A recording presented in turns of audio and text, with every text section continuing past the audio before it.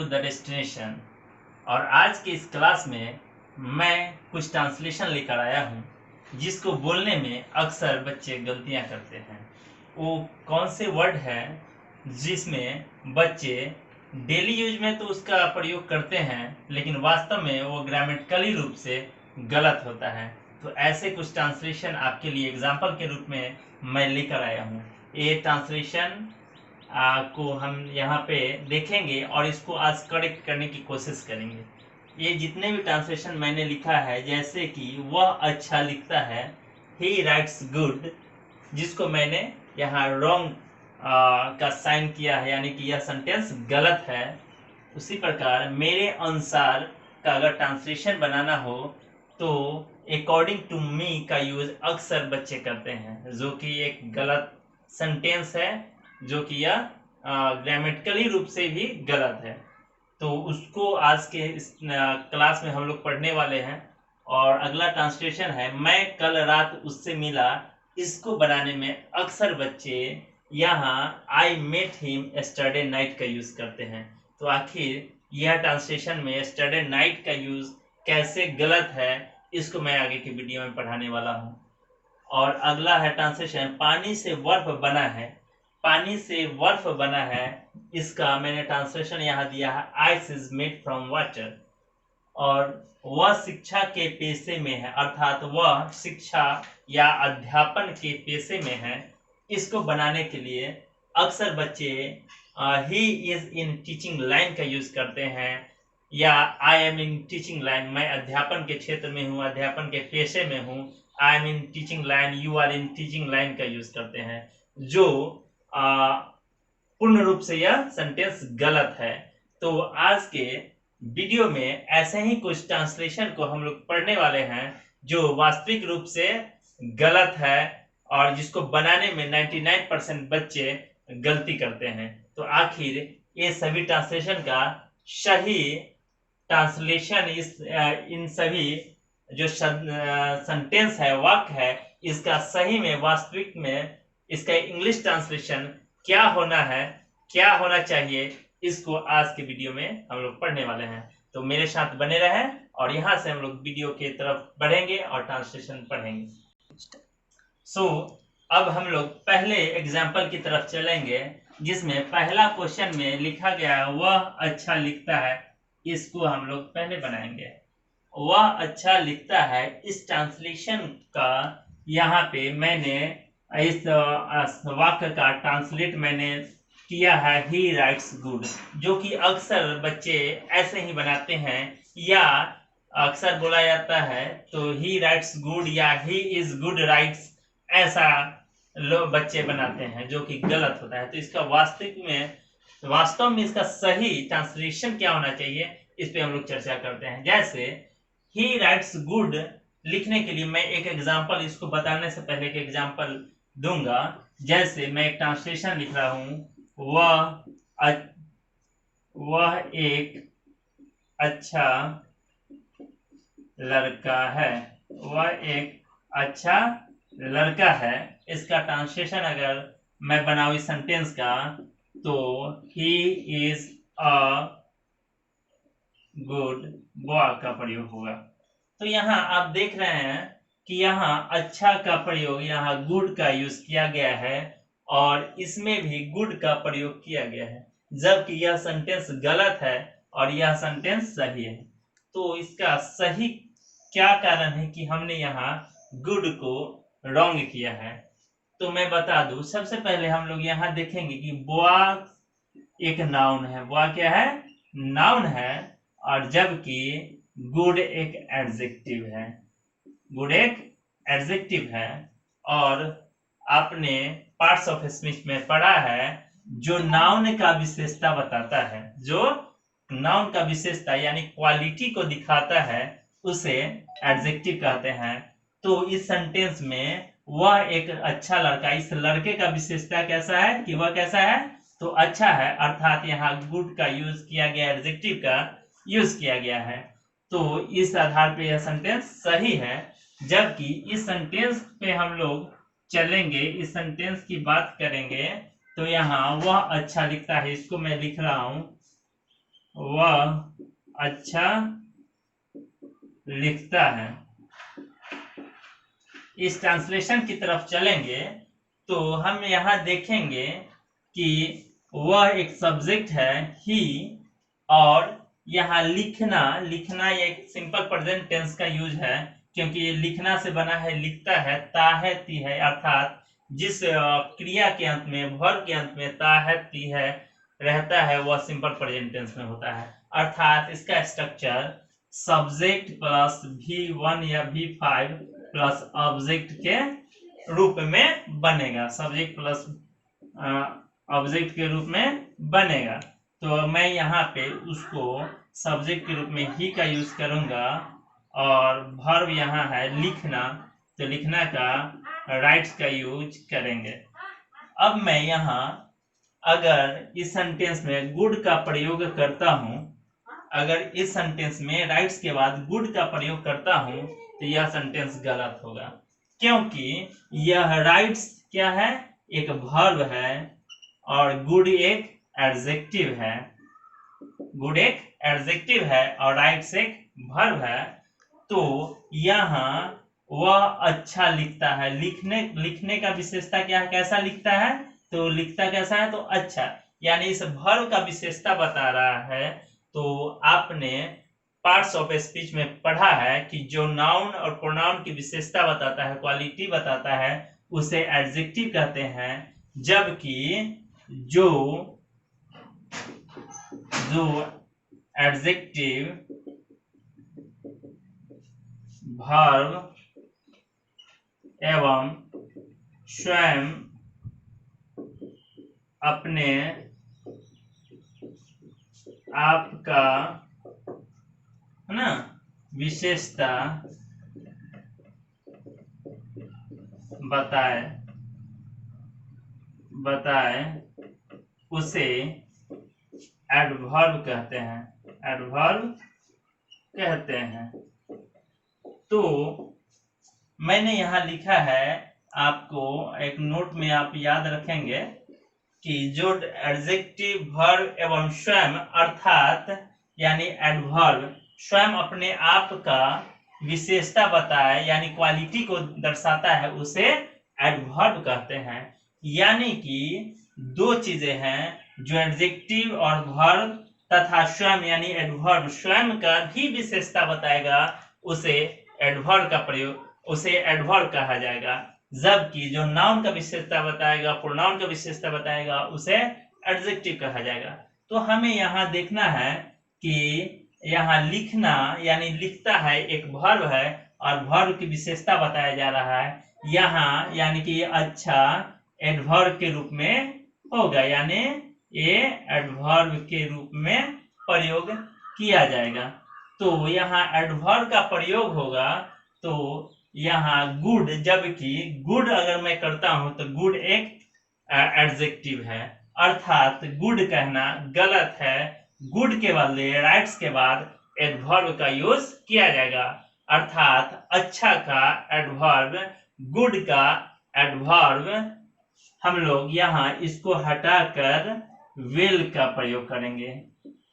Good का adverb क्या होता है, वेल होता है, अर्थात वह अच्छा लिखता है, उसका ट्रांसलेशन ही राइट्स वेल का प्रयोग होगा, जो कि सही है। तो यहाँ पे आपने यह सेंटेंस सीखा कि ही राइट्स गुड कहना गलत है, जिसमें बच्चे मैक्सिमम टाइम में गलतियां करते हैं। तो मेरे इस क्लास के बाद, जो वीडियो के बाद, मुझे पूर्ण विश्वास है कि इस प्रकार की छोटी छोटी गलतियां हैं उससे आप बचेंगे, और जो एरर्स से बचेंगे और सही सेंटेंस की तरफ जाएंगे। तो आते हैं अगले सेंटेंस की तरफ, अगले एग्जाम्पल की तरफ। सो स्टूडेंट्स, अब हम लोग दूसरे एग्जाम्पल की तरफ चलेंगे, दूसरे क्वेश्चन की तरफ चलेंगे। यहाँ लिखा है मेरे अनुसार, यानी कि अकॉर्डिंग टू मी, यह सेंटेंस कहना गलत है। अक्सर इसमें 90% बच्चे अक्सर इस सेंटेंस को बोलने में गलती करते हैं। अक्सर कुछ बोलना होता है कि मेरे अनुसार वह एक शिक्षक बनेगा, मेरे अनुसार नरेंद्र मोदी प्रधानमंत्री बनेंगे, केजरीवाल मुख्यमंत्री बनेंगे, ऐसे सेंटेंस के लिए अक्सर बच्चे अकॉर्डिंग टू मी का यूज करते हैं, जो सेंटेंस गलत है। अर्थात यहाँ मैं आपको एक कंसेप्ट देना चाहता हूँ कि अकॉर्डिंग के साथ हमेशा अकॉर्डिंग का प्रयोग हमेशा सामने वाले के लिए होता है, यानी अर्थात दूसरे के लिए होता है। अतः अकॉर्डिंग के साथ, अकॉर्डिंग टू के साथ आप मी का यूज नहीं करेंगे, अकॉर्डिंग टू यू का यूज करेंगे। अकॉर्डिंग के साथ हिम का यूज कर सकते हैं, अकॉर्डिंग के साथ हर का यूज कर सकते हैं, अकॉर्डिंग के साथ राम का यूज कर सकते हैं, अकॉर्डिंग के साथ सीता का यूज किया जा सकता है ना। जबकि अगर अपने अनुसार बोलना हो तो मेरे अनुसार कहने का मतलब है कि यह मेरा ओपिनियन है, मेरा यह विचार है, यह मेरा मानना है, ऐसा हम लोग बोलते हैं कि यह मेरा अपना विचार है कि केजरीवाल दिल्ली के मुख्यमंत्री बनेंगे, मेरा यह ओपिनियन है, मेरा यह तर्क है ना, मेरा यह मानना है। ऐसा सेंटेंस बोलने के लिए हम यूज करते हैं in my opinion, in my opinion का प्रयोग करेंगे। तो जब भी आपको अगर अपने अनुसार बोलना हो तो इन माय ओपिनियन का प्रयोग करेंगे, और सामने वाले के लिए बोलना है जैसे कि उसके अनुसार वह एक गायक बनेगा, तुम्हारे अनुसार वह एक शिक्षक बनेगा, ऐसा बोलना हो तो अकॉर्डिंग के साथ मी, हिम, हर, देम, राधा, सीता, गीता बोला जाएगा। तो आपने दूसरा ट्रांसलेशन सीखा। अब तीसरे ट्रांसलेशन की तरफ चलेंगे। अब हम लोग तीसरे एग्जाम्पल की तरफ चलेंगे। मैं कल रात उससे मिला, जिसका translation I met him yesterday night. यह सेंटेंस कहना गलत होगा, क्योंकि यस्टरडे के साथ नाइट का प्रयोग कभी नहीं होता है। अर्थात आई मेट हिम यस्टरडे का प्रयोग किया जा सकता है, जैसे कि मैं कल उससे मिला। अगर ऐसा ट्रांसलेशन बनना हो तो आई मेट हिम यस्टरडे का यूज करेंगे। लेकिन अगर कल रात की चर्चा हो तो हम वहां यस्टरडे नाइट का प्रयोग नहीं करेंगे। अर्थात इस सेंटेंस के बदले, इसके बदले आप लास्ट नाइट का प्रयोग कर सकते हैं।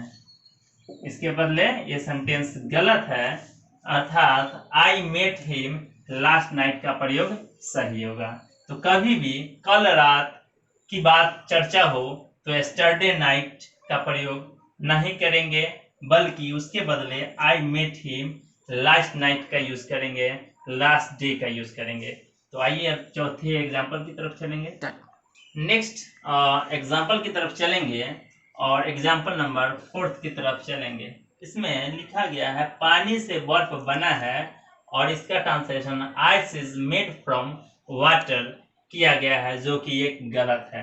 तो वास्तव में इसका सही क्या ट्रांसलेशन होगा, इसके लिए मैं यहाँ मेड का यूज बताने जा रहा हूँ। जैसे कि मैं यहाँ मेड का प्रयोग करूंगा। मेड के साथ दो वर्ड का यूज होता है, दो प्रीपोजिशन का प्रयोग होता है। मेड फ्रॉम यहाँ प्रीपोजिशनल सेंटेंस है, अर्थात मेड के साथ एक फ्रॉम का यूज होता है और मेड के साथ ऑफ का यूज होता है।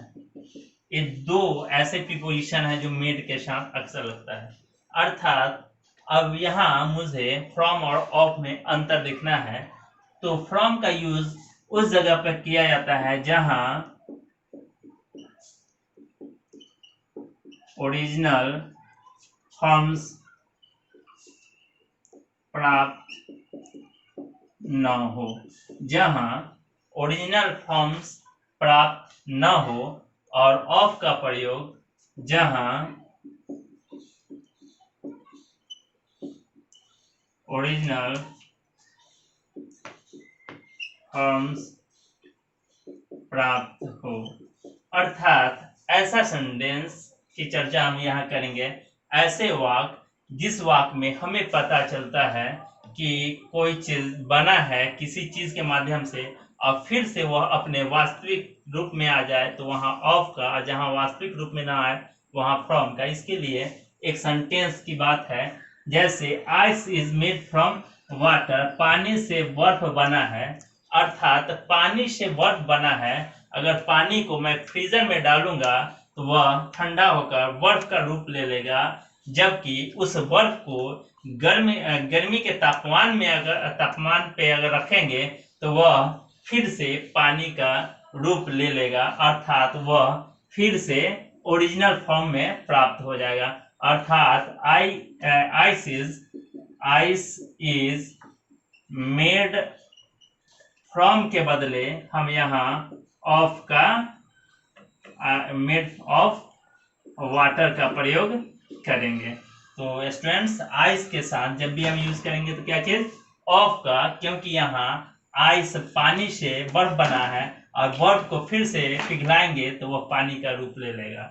जबकि फ्रॉम का यूज जहाँ ओरिजिनल सेंस नहीं प्राप्त होता है, जैसे curd is made from milk, यह सेंटेंस सही होगा। यहाँ फ्रॉम का यूज होगा क्योंकि दूध से दही बना है और दूध से दही का रूप लेता है, लेकिन दही को कितना भी हम तोड़ेंगे, कितना भी हम इसको घाटेंगे, फिर भी वह दूध का रूप नहीं लेगा, अर्थात यहाँ ओरिजिनल सेंस प्राप्त नहीं हो रहा है, अतः इसके साथ फ्रॉम का यूज करेंगे। तो आइए नेक्स्ट टॉपिक। सो लास्ट जो है एग्जाम्पल है वह शिक्षा के पेशे में है, यानी शिक्षा या अध्यापन भी बोल सकते हैं, अध्यापन के पेशे में है, शिक्षक है। तो इसके लिए translation he is teaching line कहना गलत होगा, क्योंकि अगर पेशे के लिए किसी क्षेत्र की बात हो, पेशा की बात हो, तो लाइन का प्रयोग नहीं होता है, उसके बदले प्रोफेशन का प्रयोग होता है। अर्थात he is in teaching line के बदले he is in teaching profession का प्रयोग होगा और यह सेंटेंस सही होगा। तो स्टूडेंट्स, आप सभी ने यह वीडियो देखा और मुझे विश्वास है कि ऐसे बहुत सारे जो गलतियां हैं उसमें अक्सर आप गलती करते हैं बोलने में और बनाने में ग्रामेटिकली रूप से। तो आज के इस क्लास में आप लोगों ने यह वीडियो सीखा कि आप रोजमर्रे में किस प्रकार की गलती करते हैं, इसको आज से आप लोग सुधारेंगे अपने गलतियां को। और आज के इस क्लास में मैं वीडियो को समाप्त करने से पहले कुछ एग्जांपल्स देना चाह रहा हूं, जिसको आप बनाएंगे और इसको कमेंट बॉक्स में आप इसमें कमेंट देंगे इसका ट्रांसलेशन।